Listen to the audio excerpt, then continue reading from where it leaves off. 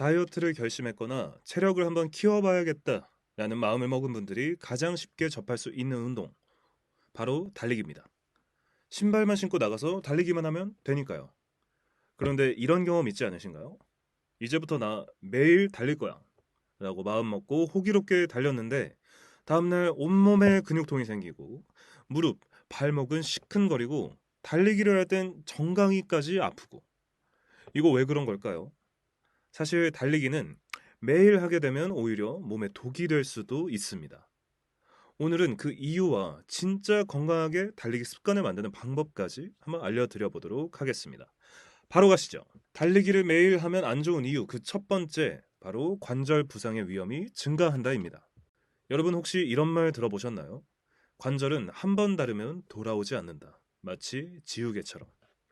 미국 캘리포니아 주립대 아담 흐레젤 박사의 연구에 따르면 달리기를 할 때 한 발을 내디딜 때마다 우리 관절에는 체중의 1.5배에서 최대 3배까지 하중이 실린다고 합니다. 이 충격은 고스란히 무릎, 발목, 고관절, 즉 우리 몸의 관절에 집중되게 되는데요. 운동 초보자 또는 과체중, 회복력이 떨어지는 분들은 이 충격이 곧바로 관절의 손상으로 이어질 수밖에 없습니다.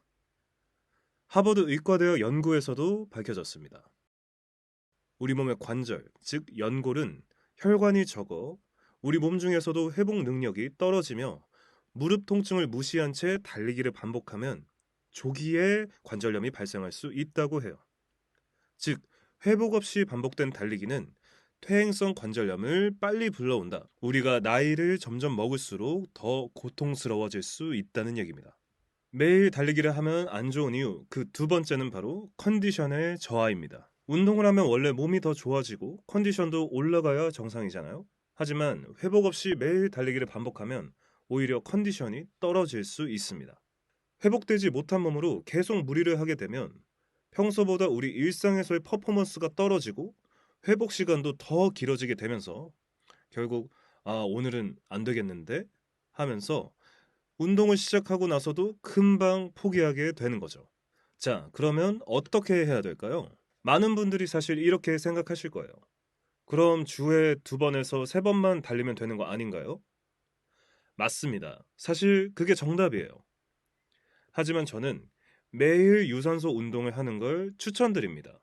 이유는 운동을 습관으로 만들고 루틴화해서 몸에 완전히 체화시키는 것. 운동을 새롭게 또는 오랜만에 시작하려는 사람들이 결국엔 지속성이 생명이기 때문에 그 습관을 만들기 위해서는 매일 같은 시간, 같은 환경에서 반복하는 운동의 루틴이 가장 중요하다는 말이죠. 그래서 매일 달리기를 할 때 그의 핵심, 그 첫 번째는 바로 강도의 조절입니다. 운동 강도라는 건 사람마다 굉장히 주관적일 수밖에 없는데요. 나의 체력 상태, 근육 상태, 이전부터 해온 운동의 경험까지 모두 다르기 때문이죠. 그래서 저는 시간을 기준으로 정하고 그 안에서 강도를 조절하는 방식을 추천드립니다.